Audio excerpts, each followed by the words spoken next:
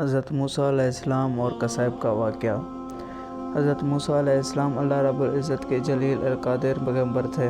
آپ علیہ السلام کو اللہ رب العزت سے ہم کلام ہونے کا شرف بھی حاصل تھا۔ ایک مرتبہ حضرت موسیٰ علیہ السلام جب کوہ طور پر اللہ رب العزت سے ہم کلام ہوئے تو انہوں نے اللہ تبارک و تعالیٰ سے پوچھا کہ جنت میں میرا ہمسایہ کون ہوگا؟ تو اللہ رب العزت نے فرمایا کہ فلاں شہر کا کسائب جنت میں تمہارا ہمسایہ ہوگا۔ حضرت موسیٰ علیہ السلام کو یہ سن کر بڑا تعجب ہوا کہ وہ کسائب آخر ایسا کون سا عمل کرتا ہے جس سے اس کسائب کو اتنا بڑا رتبہ حاصل ہوا۔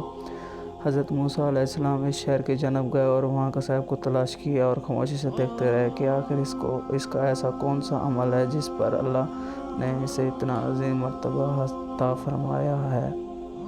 دن بھر اس کسائب نے معمول کے مطابق گوشت فروخت کیا، لیکن ایک گوشت کا ٹکڑا لا کر رکھا، پھر اس ٹکڑے کو تھیلے میں ڈال کر گھر کی جانب چلا گیا۔ حضرت موسیٰ علیہ السلام بھی اس کے پیچھے پیچھے اس کے گھر تک گئے۔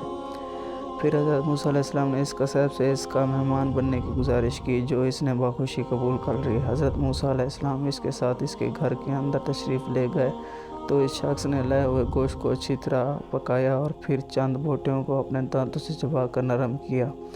پھر گھر کے اندرونی حصے میں چارپائی پر لیٹی ایک بوڑھی خاتون کو اٹھایا، اسے پیار سے کھانا کھلایا اور اس کا بستر وغیرہ سیدھا کیا۔ پھر اس بوڑھی خاتون نے اس کسائب کے کان میں کچھ کہا جس پر وہ مسکرایا۔ کسائب نے اس عورت کو بستر پر لٹایا اور خود کمرے سے باہر آ گیا۔ پھر اس نے حضرت موسیٰ علیہ السلام کو کھانا کھلایا۔ کھانا کھانے کے بعد حضرت موسیٰ علیہ السلام نے اس سے دریافت کیا کہ بستر پر لیٹی ہوئی خاتون کون ہے اور اس نے تمہارے کان میں کیا کہا تھا؟ جس پر اس کسائب نے بتایا وہ میری والدہ ہے، وہ بے حد سادہ عورت ہے۔ میں جب بھی ان کی خدمت کرتا ہوں اور ان کو کھانا کھلاتا ہوں تو وہ مجھے یہی دعا دیتی ہے کہ اللہ میرے بیٹے کو جنت میں موسیٰ کا ہمسایہ بنائے، جس پر میں مسکرا دیتا ہوں۔ کہاں میں ایک معمولی سا کسائب اور کہاں اللہ رب العزت کا برگزیدہ نبی۔ اس پر حضرت موسیٰ علیہ السلام نے فرمایا کہ میں موسیٰ ہوں اور مجھے اللہ نے بتایا کہ تو جنت میں میرا ہمسایہ ہوگا، یہی سن کر میں تمہاری زیارت کے لیے آیا ہوں۔ اللہ رب العزت سے دعا ہے کہ ہمیں بھی اپنے والدین کی خدمت کرنے کی توفیق دے اور ان کی دعائیں ہمارے حق میں قبول فرمائے، آمین یا رب العالمین۔